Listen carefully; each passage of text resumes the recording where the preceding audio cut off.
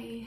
Hello. Welcome back to my channel, Lacey Day Reads. I'm Lacey, obviously. I'm sorry this is like the weirdest shot ever. Andrew's gaming in like our main room. And as you can see, we don't have nightstands or a bed frame. So we're just going with it. I did get this new chair, so I thought it would be fun to film in this. I'm just filming in my room. So today for a video, we've moved one of our bookshelves out into the main room. You'll see in a little bit. So I wanted to organize and put some of my books out there because they're all just strewn about the floor in our little like office room. So I wanted to organize those and put some of those up. But first, I wanted to do a little bit of a book haul. I have like 9 books.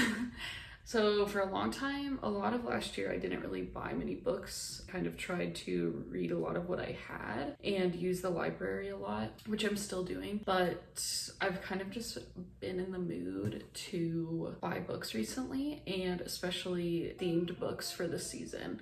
So a lot of these books are like spooky books, horrors, thrillers, mystery. Just like some of the people I've been following, some of the channels I've been watching have kind of been getting me into that mood. So I found a lot of good recommendations. So this is not a book, but it's like a little pamphlet. The Final Girl, How Horror Movies Made Me a Better Feminist by Kris. So I found this at a cool little indie bookshop that's pretty close to my house, Wise Blood. I saw this and was like, this is so cool. It's like independently published. I love horror movies. I'm wanting to read this in October. I figured it'd be a cute little one sitting type read, but also like just that cover, classic. I love it. I kind of read a little bit on the back, and the author, I think, just has always been into horror movies since she was a kid. I am really excited to read this. I also like the back, like all the info kind of looks like a movie rental case, which is awesome. Please be kind, rewind. Next book, I heard about this from Mina on Book Skywalker. She has so many good horror, mystery, thriller, spooky book recommendations. So she put out a video recently recommending 3 books. This was one of them. And The Trees Crept In by Kurtagich. I had never heard of this. This is the cover, also really stunning. I ordered this from Pango Books and it looks so cool. So she said one of the things she didn't like about it, the formatting is kind of different. So some of the pages have special things.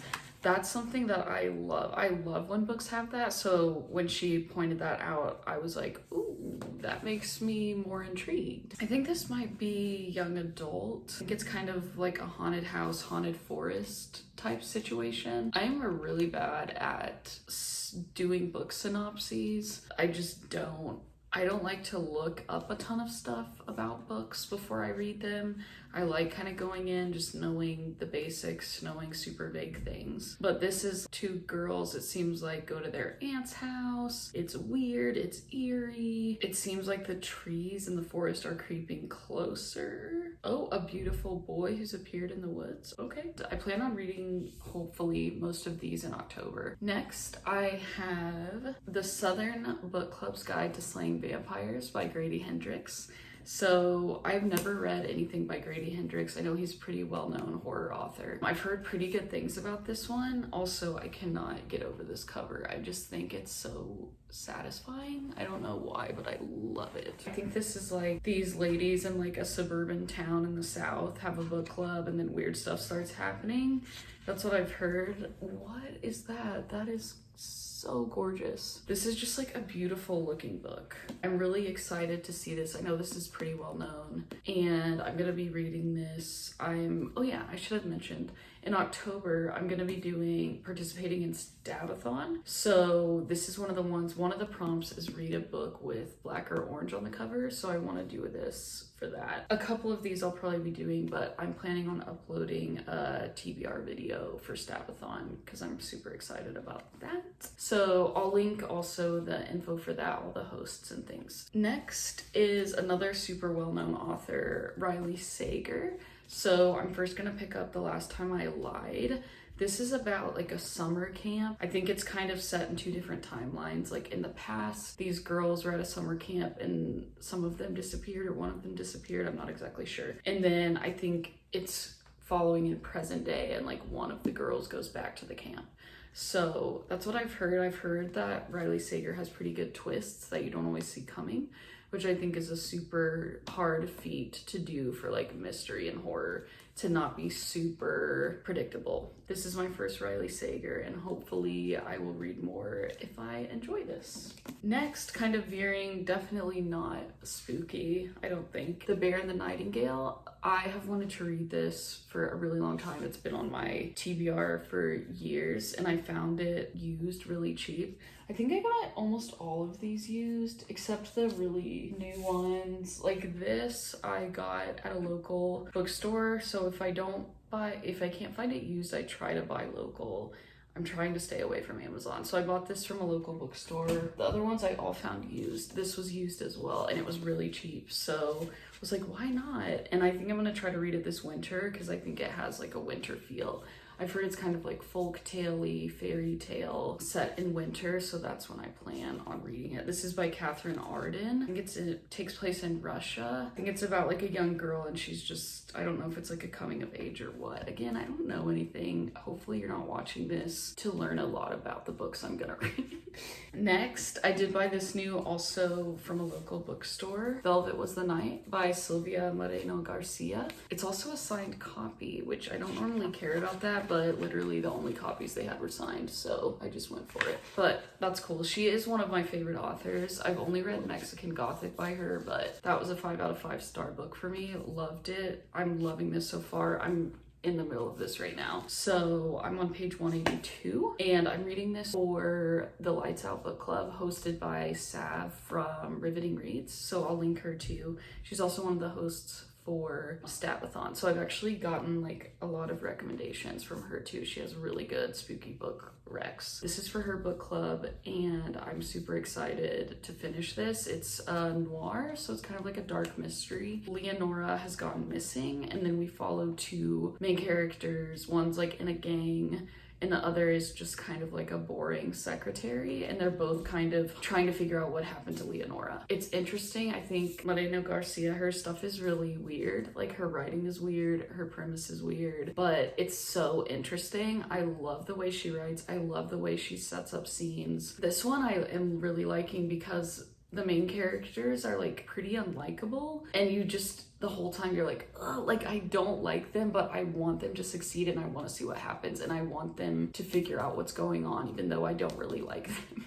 So it's just so interesting how she can create these characters that you hate but you want to read about, if that makes sense. But I'm really liking this. I think I don't even know how long this book is. I don't have that much left. It's under 300 pages. I am really excited to finish this. I'm really loving it so far. Next, I bought this used as well, Tangerine by Christine Mangan. So this has also been on my TBR for a while, and I found this, again, super cheap, so I was like, I'm just gonna pick it up. Also, I adore this cover as well. So I think this is set in Tangier. Again, I don't know anything about this. She is like trying to adjust in life in Morocco. It's 2 friends, Lucy and Alice. Alice feels controlled and stifled by Lucy at every turn, and then Alice's husband goes missing. Oh boy. So I haven't really heard much about this. I don't even remember how I heard about this book existing, but it's been on my Goodreads list forever, and then I found it used for cheap, and I was like, why not? The front says a juicy melodrama cast against the sultry, stylish imagery of North Africa in the 50s. I'm in. Next, a super random pick. These Shallow Graves by Jennifer Donnelly. Never heard of this in my life. Found this, again, cheap, used. Thought the cover was cool. And it's set in 1890s.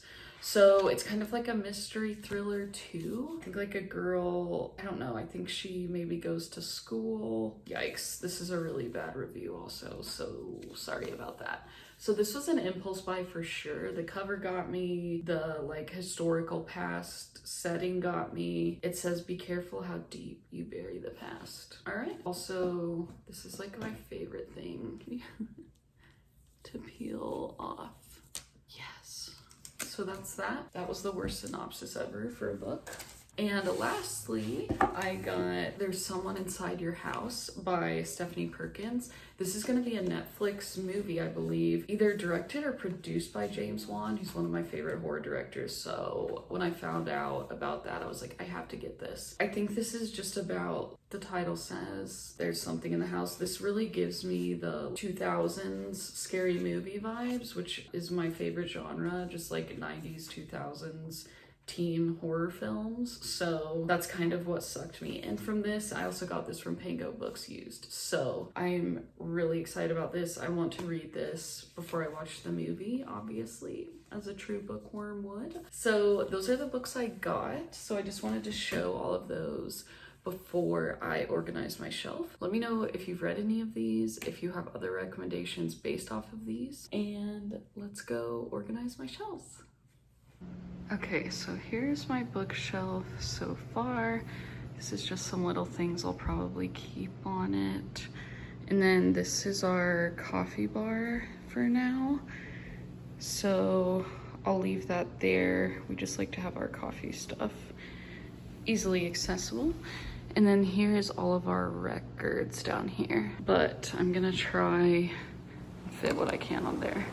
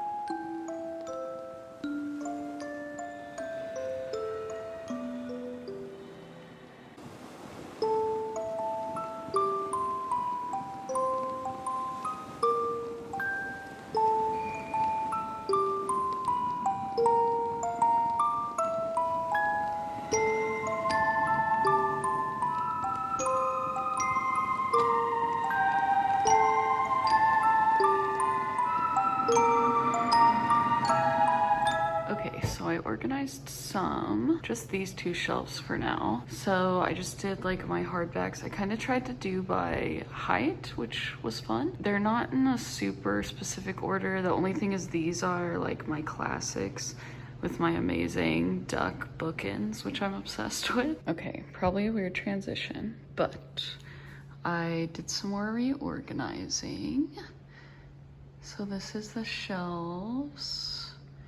I mainly reorganized our cute little coffee section, which I really like. There we go. I didn't do the bottom yet, so first 3 shelves done. Thanks for watching.